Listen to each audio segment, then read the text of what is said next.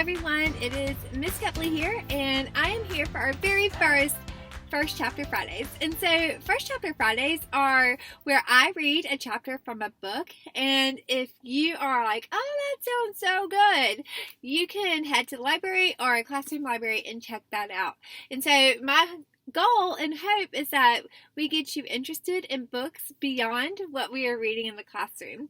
So today we are starting with one of my favorite authors, Christopher Paul Curtis, and we're going to read the first chapter from the Mighty Miss Malone.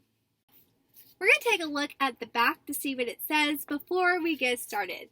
So it's, we are a family on a journey to a place called Wonderful. That's the motto of the Malone family of Gary, Indiana. 12-year-old Deza Malone is the smartest student in her class, told by her teachers that she's destined for a special path in life. Her older brother Jimmy is no angel, but he can sing like one, and when he does, people stop to listen. The Great Depression has hit Gary hard, and there are a few jobs, especially for black men like Mr. Malone. After their father leaves Gary to find work, Deza, Jimmy, and their mother set out in his wake, always holding hope that they will catch up to him. The pluck with which the endearing, sometimes comical, Deza faces the twists and turns of the family's journey that proves she is truly the Mighty Miss Malone. Author Christopher Paul Curtis is the winner of the Newbery Medal and the Coretta Scott King Award, has written a heart-wrenching, suspenseful new classic about one unforgettable family during the turbulent days of the Great Depression. Let's check out Chapter 1. Here we go. Okay. So I found the Mighty Miss Malone on Amazon, and because I want you to read along with me while I read it out loud, I like to have things to look at. It helps me. So it is $7.99 if you decide you really like this and you want to go ahead and purchase it. The link is in the description below. So I'm going to click on the look inside. If you ever look at books on Amazon, you can always click look inside, and you will be brought to the inside of the book. And we're going to start with the Mighty Miss Malone, the first chapter. By Christopher Paul Curtis. Part 1, late May 1936, Gary, Indiana. Chapter 1, Journey to Wonderful. Once upon a time, if I could get away with it, that's how I would begin every essay I write. Those are the 4 best words to use when you start telling about yourself, because anything that begins that way always finishes with another 4 words. They lived happily ever after. And that's a good ending for any story. I shut my dictionary and thesaurus and went back over my essay for the last time. The best teacher in the world, Mrs. Karen Needham, had given us an assignment to write about our families. I knew, just like always, she was going to love mine. She only asked for 2 pages, but this was our last essay for the year, so I wrote 6. Once upon a time, in Gary, Indiana, lived a family of 3 very special, very happy, and uniquely talented people. I am the 4th member of that family, and much too modest to include myself in such a grandiose description of their exalted number. But many people say I am of the same ilk, and for that I remain eternally grateful. My mother, Mrs. Margaret Peggy Stephen Malone, was born here in Gary, Indiana. She is willowy and radiant and spellbindingly beautiful. She is also very intelligent. She has a great job cleaning for the Carsdale family. Yes, that Carsdale family. The family whose patriarch is the president of the Gary Citizens Bank. Her most endearing trait is that she is the glue holding this family together. Deza? I jumped and my pencil flew out of my hand. When I'm writing or reading a book, everything else around me disappears. Father says it's because I've settled into what I'm doing, the same way my brother Jimmy does when he's singing. Jimmy, I told you not to sneak up on me like that when I'm writing. He handed me a pencil. I couldn't help it, sis. You were so far gone. What are you writing? My last essay for Mrs. Needham. You know, a lot of people are saying her not coming back to teach is the best thing that ever happened at Lincoln Woods School. James Malone, if I ever give one half a hoot what a lot of people are saying, you have my permission to slap me silly. Miss Needham is the best teacher in the world. Now, if you don't mind, I never bother you when you're singing. Don't bother me when I'm writing. But lots of people loved listening to me sing, Deza. Seems to me like only you, the little pest Clarice Ann Johnson, and Miss Needham like reading what you write. Jimmy is one of those people who can say something that might sound mean at first, but when he smiles and makes his eyebrows jump up and down, you can't help smiling. He gets this deep, deep dimple in his right cheek, and you end up laughing right along with him. My dearest friend, Clarice Ann Johnson, has a horrible and completely ununderstandable crush on Jimmy. She says she bets you can pour cornflakes in his dimple and eat them out with a spoon. I'm hoping Clarice's taste in boys improves as she gets older. Jimmy, please. Sorry, sis, I'm heading out. Can I do anything for you before I split?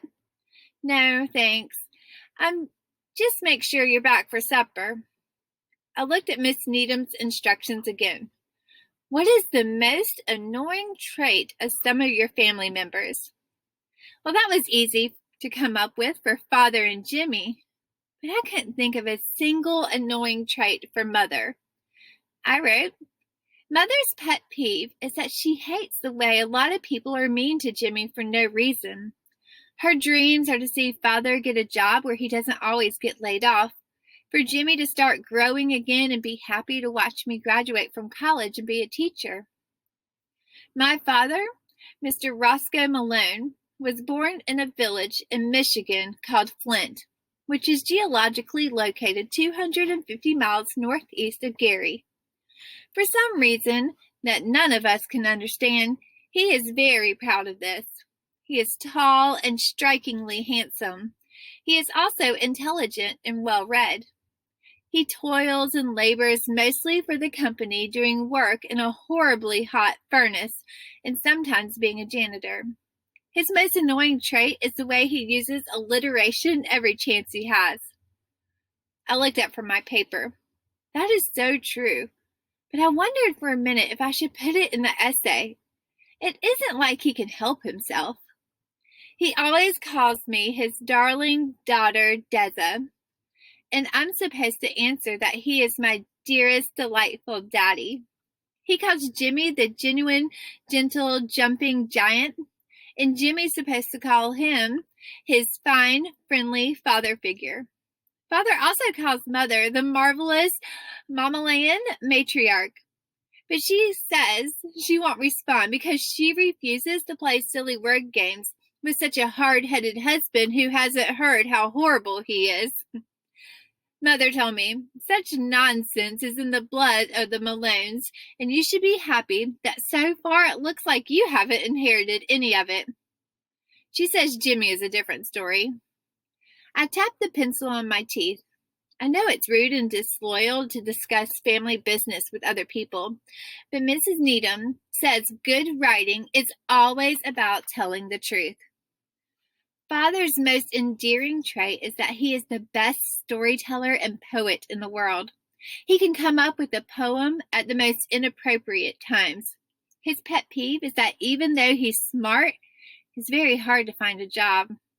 His dream is to do what he was trained to do in Flint, being a carpenter. The oldest child in our family, Mr. James Edward Malone, is 15 years old and has been blessed with the singing voice of an angel. Jimmy's most annoying trait is that he has what Mother says is a Napoleon complex. That means Jimmy is not as tall or robust as most boys his age, and tries to make up for it by being as loud and full of braggadocio as he can. He also gets in a lot of fights. Jimmy's most endearing trait is that he loves me more than any big brother has loved a little sister since time immemorial. Jimmy is the best big brother in the world. On my last birthday, we had just finished eating, and I could barely sit still because after supper, the birthday person gets something special. It was my turn to clear the dishes, and I stalled around in the kitchen to give them lots of time to get my surprise ready, then walked back into the dining room. There were two cupcakes with a candle in the middle of them sitting at my and Jimmy's spot. A chocolate frosted one for me and a vanilla frosted one for Jimmy. I was speechless. Jimmy said, "Wow, Mom, these are store-bought." Mother must have been putting pennies aside for a long time to buy two such beautiful little cakes. Father said, "James, please do the honor." Jimmy closed his eyes, then settled into singing Happy Birthday. I got chills. I wasn't sure if it was because of Jimmy's voice or because I was so excited. Mother and Father joined in on the last chorus. When they were done, I smiled so hard it felt like my cheekbones were crushing my eyeballs. Jimmy said, "I got you two gifts. One, I'll wash and dry dishes for a week. And two," he looked at Father and they walked into the other room. When they came back, each one of them was carrying a heavy package wrapped in newspapers. They set them down in front of me. I said, "Flint style or Gary style?" Father always tells us Mother opens packages and envelopes Gary style. He says we Gary people pry and poke and pull the envelope so carefully and daintily and take so long doing it that we might as well be doing brain surgery. He says we do it that way because Indiana people are so cheap that we want to use the same envelope over and over. Word has it, he said once, that there's only been 2 envelopes used in the whole state of Indiana since the War of 1812. Then he showed us what he called opening something Flint style. It was a race to see how quick you could get what was inside the envelope or package out. To be officially Flint style, Father says, the envelope or the wrapping paper has to be shedded into at least 6 different pieces. It's got to look like confetti. I glanced at Mother. She shook her head and said, "I suppose you can't fight the fact that half of your blood is from Flint." I tore into the newspaper on the first present and was shocked. It was old and tired, and I had used it a million times before. How did Jimmy get this? Jimmy said, "The library was selling books they didn't want anymore. Here's the receipt for these 2. He handed me a piece of paper. He paid 3 cents for the dictionary and 2 cents for a thesaurus. Inside the first page of the dictionary, someone had stamped in red ink, "Withdrawn." Jimmy had written underneath that, "February 14th, 1935. Happy 12th birthday, sis." The dictionary and the thesaurus are the best presents I will ever get. The best birthday presents, too. I'll look back over my essay. Jimmy's pet peeve is when people call him Shorty, Little Fella, or worst of all, Pee-wee. His dream is to start growing again until he's a 6-foot-tall man who is covered with bumpy muscles. Jimmy's other dream is to be the first boy to drive a rocket ship to the moon. He is very delusional. The youngest Malone child, your devoted author of this essay, Deza, is 12 years old, which makes me the 3rd oldest child in my class. I didn't flunk, but 2 years ago I had to sit out a year of school because Mother was struck down by a horrible disease called tickeluro.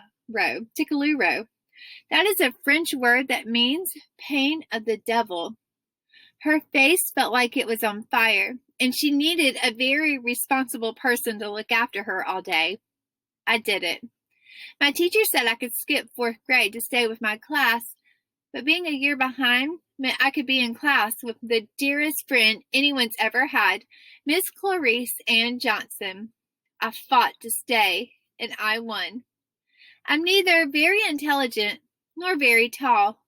I have also not been blessed with a beautiful singing voice. I have a pleasantly even disposition, unless it's one of those times I become very angry or scared and have embarrassing wishes to hurt someone real bad.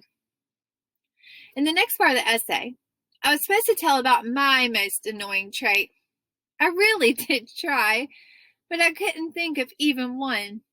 I thought about making one up, but even with my good imagination, nothing came to mind that anyone with a witted sense would believe. Clarice and I had been walking home. What do you think is my most annoying trait, Clarice? She said, "Oh, Deza, you're not done with the essay yet?" I was just having trouble with that part. You know that I don't think you have any annoying traits, Deza, but... She stopped. But what? But maybe you should use some of the things other people say about you behind your back. I didn't pay a bit of attention to anything people say behind my back, but Mother tells me and Jimmy that we can learn something from anybody, even from a big idiot. I said, "Well, what'd they say?" Well, I thought Clarice might have a problem coming up with something, but she held up a finger. First, they think you're too friendly with teachers. Her next finger went up. Second, they say you think you're so smart. Another finger came up. Third, they say you think your family is so great. Another finger. Fourth, they say you talk too much and that you talk all proper. Her thumb came up. Fifth, they think you got your nose stuck in a book most of the time. Clarice raised a finger on her left hand. Sixth, I stopped her before we had to sit so she could take off her shoes and start counting on her toes. I said, "Maybe I do talk a little too much." At home, I put this in my essay. My most annoying trait is that some of the time I might talk a little too much. I can be very verbose. I also exaggerate, but that is because I come from a family of great storytellers, which is not the same as great liars. My most endearing trait, and being as modest as I am, I had to ask my brother Jimmy for this, is that I have a heart of a champion, am steady as a rock, and can be counted on to do what is required. Jimmy also said I am the smartest kid he has ever met. But my all-encompassing and pervasive humility prevents me from putting that on this list. My first pet peeve is when people don't pronounce my name right. They say Deza instead of Deza, just like the first syllable of desert, like Sierra, which is geologically an arid, huge part of Africa. And they do it on purpose. My second pet peeve is that Gary Iron Head Dogs, the best baseball team in the world, have been cursed and will never win the Negro League's championship. My dream is to read every book in the Gary Public Library and to be a teacher who has the reputation for being tough but fair, just like Mrs. Needham. I had the perfect ending for the essay. In summation and conclusion, the Malone family has 4 members who are very bright, very good-looking, and uniquely talented, just not all in one person at the same time. We are the only family in the world, in my kin, that has the motto of our own. That motto is, we are a family on a journey to a place called Wonderful, and I can't wait until we get there. So that is the first chapter of the Mighty Miss Malone. If it sounds interesting, if you want to know more about what happens to her and her family, go to the library, check this out. And if you like the author, he has tons of other great books like Bud Not Buddy, and one of my favorites is Elijah of Buxton. So go check him out. Go check out this book. You will not be disappointed, I promise. So I will see you next Friday for another First Chapter Fridays. Bye, y'all.